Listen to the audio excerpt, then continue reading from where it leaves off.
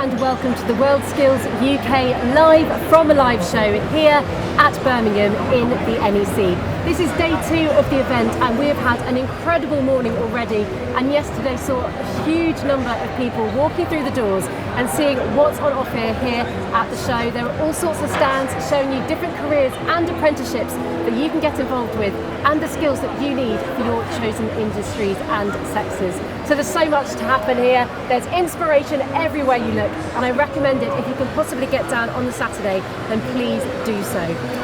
So, WorldSkills UK Live is not just about potential employees, it's also the place for the UK's major companies, organisations, educators and employers.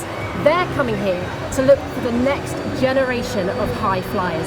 And among them we have BAE Systems, Toyota Manufacturing UK, the NHS and Lloyds Banking Group. And they're all here to chat to you. So make sure you get involved, come over and say hello. And as well as all of that, one of the real event showstoppers is of course the WorldSkills UK National Finals.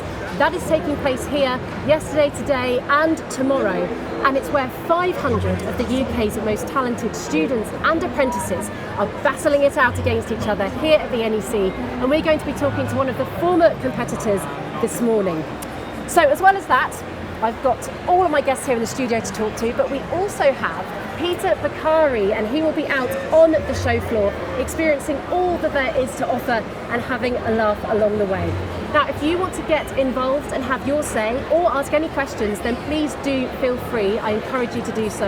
And you can do that by using the hashtag WSUKLive. So please feel free to get in touch with us.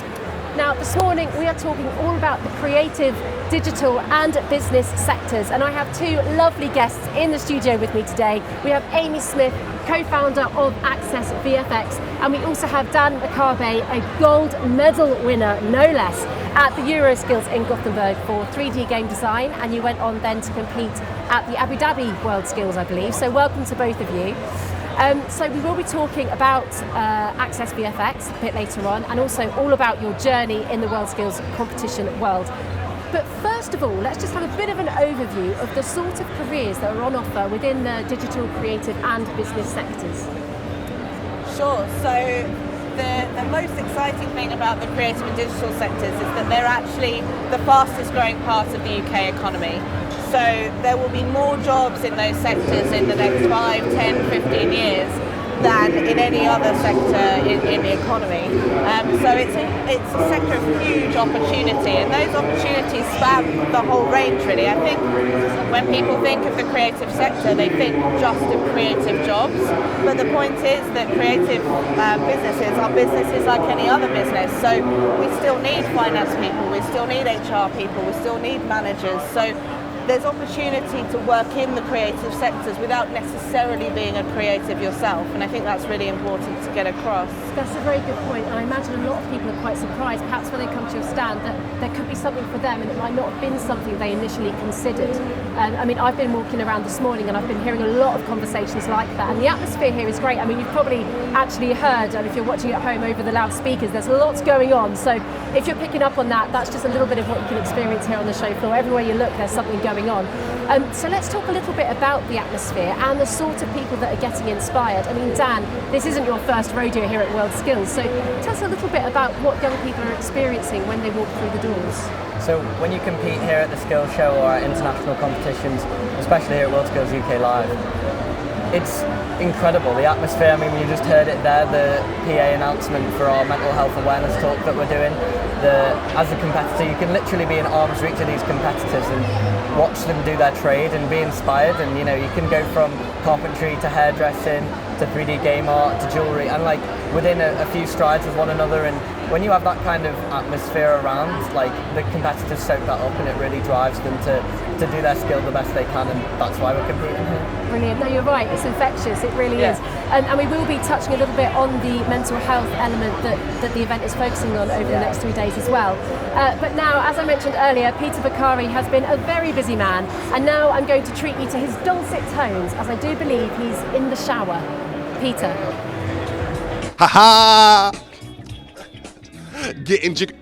Oh, Hey guys, we are now here, UK Music. We're gonna find out a little bit more about the music industry and what it takes to get into it. Let's get jiggy with it. Wow, that was definitely someone else, not me. Welcome. So this is the UK Music. Yep. Oh, so what's your name and tell me all about it? Nice to meet you. So UK Music, we represent the entire music industry. That includes labels, collective societies, managers, publishers, producers, the live sector, the lot. So if you're looking for a job in music, here's the place to come. That is incredible. So from the top to bottom in the whole music industry. That's it, right across the board. And so, smallest venues right up to the NEC, we cover the lot. and so what opportunities are there if I wanted to get into the music industry? Well, there's loads of different routes in. Everyone knows about singers, songwriters, performers. That's great. That's a great opportunity. But also behind the scenes, they need support. They need people setting up the set. They need people managing them. They need people helping out, setting up technical stuff. The business side, that's massive. If you like data or law, all these areas are really important in music. So yeah, get involved. Wow, that is incredible. So if I was to get involved, I'm right at home right now. Yep. I'm in a shower singing, getting jiggy with it. Yep. What would you recommend for me to sign up? Well, we've produced a careers pack. There it is. That's on our website, ukmusic.org. That gives you loads of information. There's loads of stuff. There's university opportunities. Check out trusted partners in here, map partners. Apprenticeships are massive now in the creative sector, so get involved with those. Paid internships. There's loads of ways to get involved. Check out this on our website, and in the back here, loads of useful links and even my email if you want to follow up. Wow, thank you, Ollie. No worries. Well, that's a pleasure. I'm going to go back and spit some more fire in the booth. Back to you, Gemma. Brilliant, thank you, Peter. You do that. So, talking a little bit about how to find out more about what's involved, and they were mentioning it there on the live. Just tell us, how did you find out about 3D gaming and that world, and how you might get into it? So through the classic college kind of open evenings and stuff like that, that's how I first found out. But a lot of my friends, and as well I've learned of other skills and stuff through places like here at WorldSkills UK Live. This is, if you wanted to discover your potential dream career, I don't know where else you'd go. We were talking earlier about how everything's here, so if you want to find that stuff out, then this is the best place to go. It's how a lot of people discover my skill particularly. Brilliant. And Amy, for anyone that might not be able to make it to the show, how might they be able to find out more? Well, the great news is that it's actually a brand new website. So the government recognises that the creative industries are growing, and so they've actually invested some money in a programme called the Creative Careers Programme. And part of that programme is having a one-stop shop website where people can find out about all the opportunities across the creative sector. So that website is called discovercreative.careers. And the best thing about their website is there's a section for young people to go and look at different job roles and the skills required and what the study routes might be. But there are also sections for parents and careers advisors as well, so that they can also find out more about how to advise young people to best get into these industries. So Okay, that's brilliant, because that is key. The information needs to be available, it needs to be accessible, so that's great. And talking about accessible, I'll make a little segue here. So Peter actually visited one of Amy's colleagues at Access VFX, so we're going to take a look at what they got up to there. Welcome guys, we're now here at Access VFX. If you've ever wondered what it really takes to make those movies, well, behind the scenes, we're going to find out all about it. So, hi there, how you doing? I'm good, how are you? I'm good, thank you. So tell me, who are you and what is Access VFX? Right, so I'm Simon Devereux. I'm the Group Head of Learning Development at the Mill, but I'm mainly the founder and director of Access VFX. So Access VFX is a group of 50 industry partners. 40 of them are visual effects, animation and game studios.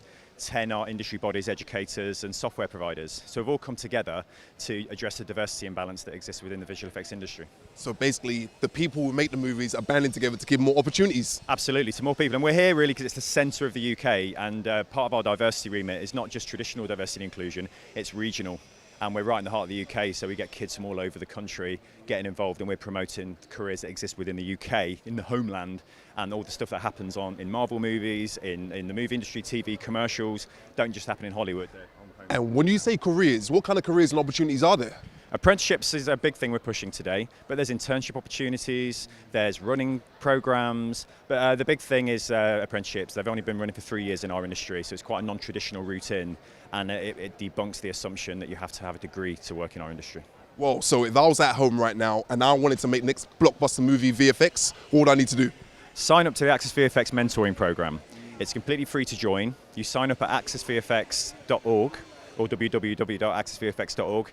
On the landing page, click on the button Get a Pro Mentor, and your mentor can come from any one of our Access VFX chapters in LA, New York, Chicago, Montreal, or the UK. And that mentor could be a creative director in LA through to a 3D artist down the road. Oh, that is incredible. So you can actually get a mentor at home to help you out with your VFX industry. And speaking of VFX, it looks like there's amazing stuff back here. What exactly is this? Well, we've got two things. We've got Mill Mascot over here, and here we have virtual reality experience that's been brought to us by Blue Zoo.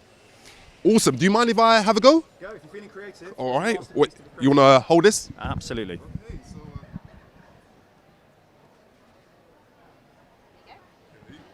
I'm in. Just gonna easy. Okay, perfect. Well, this is incredible. May I? Yeah, absolutely. Well, you've heard it here. This is just absolutely incredible. And Gemma, really, you've really got to see this. Back to you. Peter, I'm very jealous of all of the exciting things that you're getting to sample there. I hope you're having lots of fun. So, Amy, we heard just there that your company offers apprenticeships, and VFX also wants to encourage people from all sorts of backgrounds to come and get involved and see what's on offer. So, for somebody that might be considering an apprenticeship within those sectors, what might the journey be like? What might they experience on an apprenticeship? So actually the apprenticeships are amazing. So we take apprentices who, and I think Dan, you were talking about this a little bit earlier when we were having a chat, we take apprentices who don't necessarily know anything about our industry at all, but who have creative interests. So they draw, or they take photographs, or they make games, or anything like that in their spare time, and then we teach them the tools of our trade, as it were. And we have apprentices who, within their first 3 months, have got a credit on a Marvel film or a Disney film. So they're working on real live productions. We're not putting them on training things or test things. They are members of staff from day one, and they get a mentor who sits beside them and helps them to learn the things they need to learn, helps them with the software. But we're really putting them on live work, so they are by no means sort of second rate anyway. We value our apprentices highly, and you really are learning live, as it were. That's brilliant, and it's good that you're just taking their raw talent, raw interests and passions, and then developing it further. Exactly. So there's no need to feel intimidated or overwhelmed that you might not have, a refined skill set as such. They can learn that as they go along. That's brilliant. And Dan McCabe, gold medal winner. So we've spoken about apprenticeships as one way forward, but we were chatting earlier, and you were saying how much you've learned through your WorldSkills journey and through the competition world. So can you tell us a little bit more about that? If we start from the very beginning, how you've worked your way along and what you've picked up. So it began at college, and I just turned my hobby into a passion that I wanted to pursue as a job. A lot of people here, they start a hobby and it's just a hobby, right? And then someone's like, no, you can get paid for this, you can do this as a job, this can literally be every day of the rest of your life. And then once you get on that train almost, like you're off. So at colleges and apprenticeships, they get entered into competitions like this, and the amazing thing about our industry is a lot of it is done digitally on computers, so we don't always have the luxury and other skills to be able to practice things in our own time at home, because you need equipment that you simply can't fit into your bedroom. But we have laptops, we have computers, and you find that when people are very passionate about, in the creative media industry and business, that they can do that in their own time, and then it drives you to somewhere like this competition, because you're putting the extra time in while you're in your apprenticeship or college course, and then that really helps you stand out at competitions like this and ultimately get your foot in the door, because the judges, this is all industry standard competition here, and if you're industry standard, then why would you not you're hire? Get snapped up, aren't you? Exactly, and that's exactly what happens all the time, and it'll happen today, it'll happen tomorrow, and it's happened yesterday already. Like, people get offered jobs all the time here. Like, they'll be competing and the judges will be like, yeah, we need to get him on board. It's a community.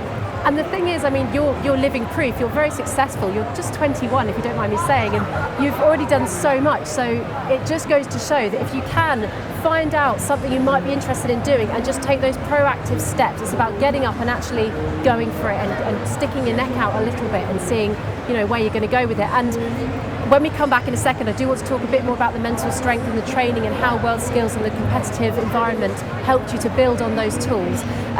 But before we do that, I'm going to go back to the show floor where Peter's doing a little bit of gaming, I think. Peter. Welcome. We are now here at the British eSports Association, and we're going to find out what it takes to be an eSports athlete.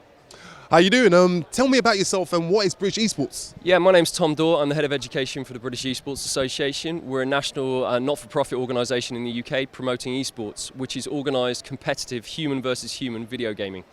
When you say human versus human, what kind of opportunities are there to set things up like that? Yeah, sure. So we run a national championships here in the UK for teams from schools and colleges to play against each other in a weekly online tournament, exactly like you would in normal traditional sport.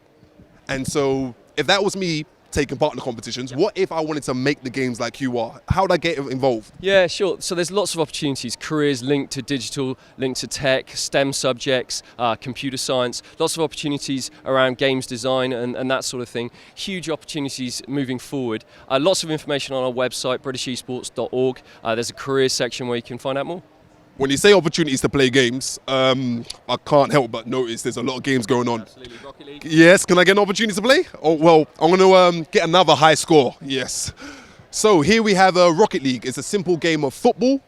It's not simple, but trust me, I'm going to aim and beat it. Do you mind if I have a go? No, of course, man. So what's your name? I'm Elliot. Hi, Elliot. Nice to meet you. Pleasure. Sit down. Sorry to take your game. Take the controls. Yeah, so do you know how to play? No. So how is it done? It's basically Premier League meets Fast and the Furious.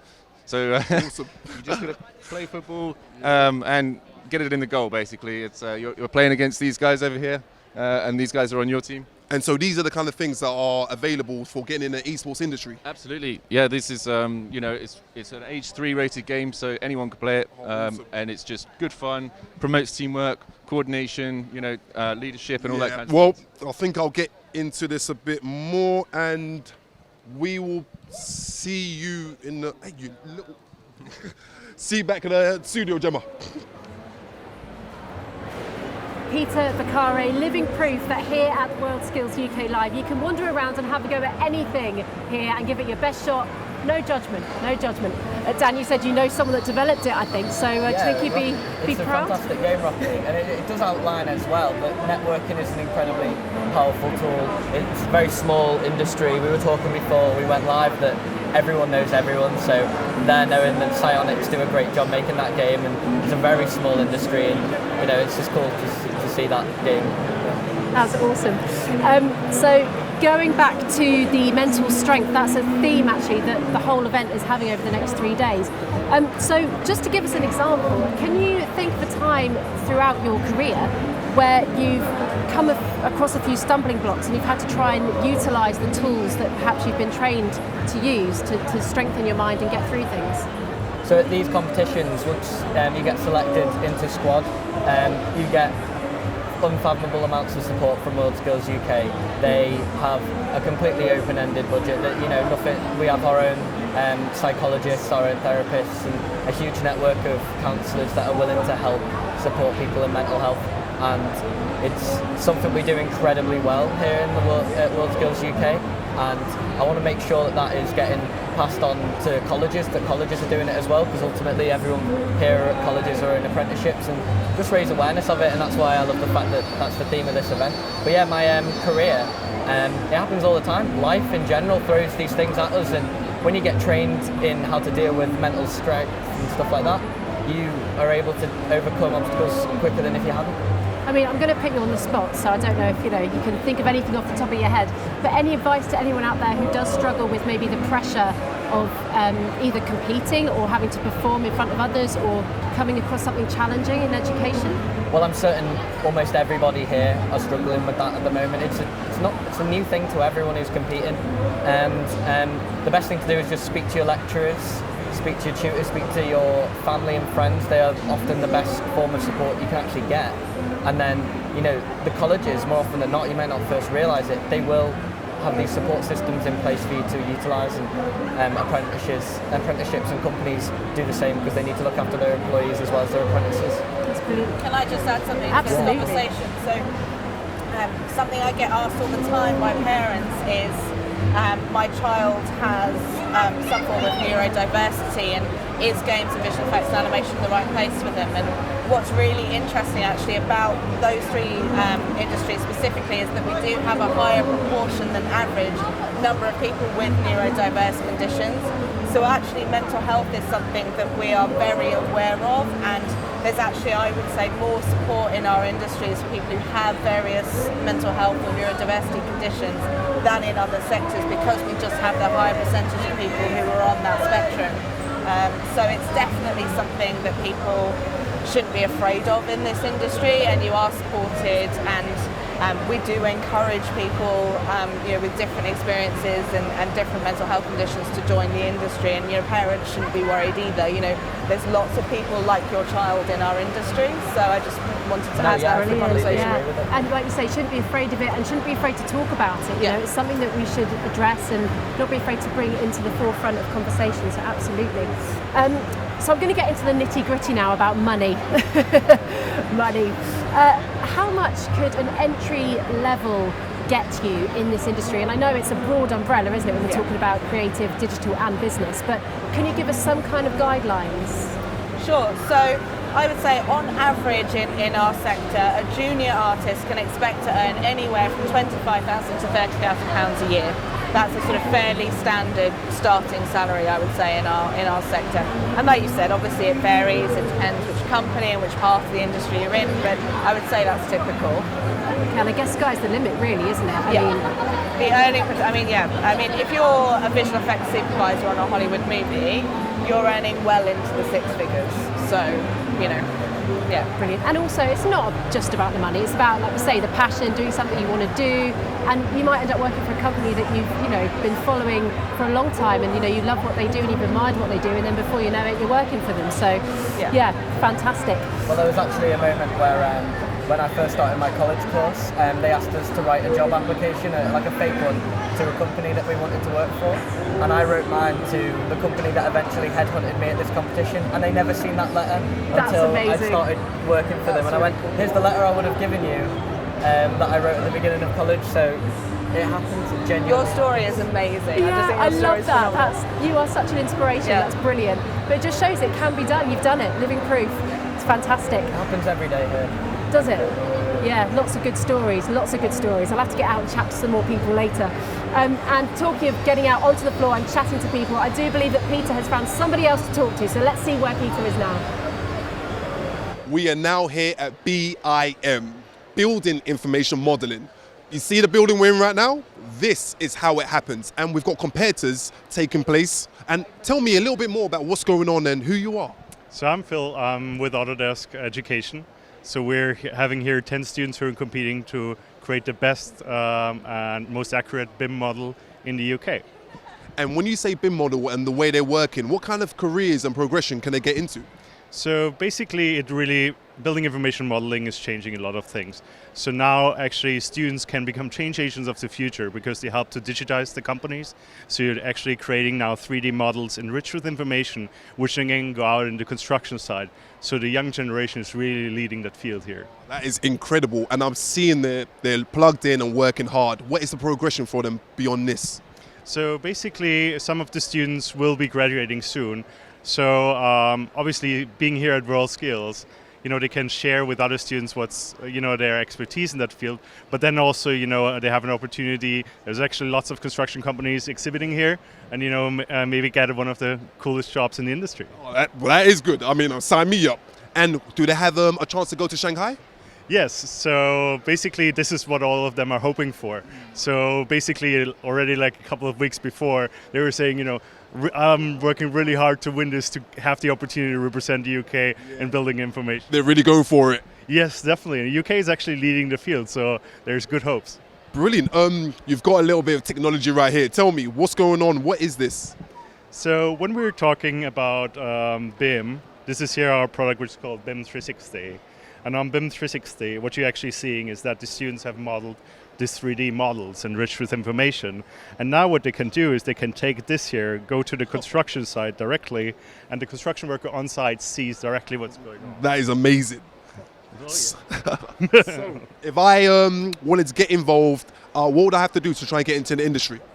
So basically, there's lots of opportunities to get trained on BIM right now. So lots of colleges and universities are offering that, and then this boosts actually your career. So I recommend for all students to kind of watch out for BIM courses and the opportunity for that. Well, that's brilliant. Thank you so much. I appreciate it, and good luck with the competitors.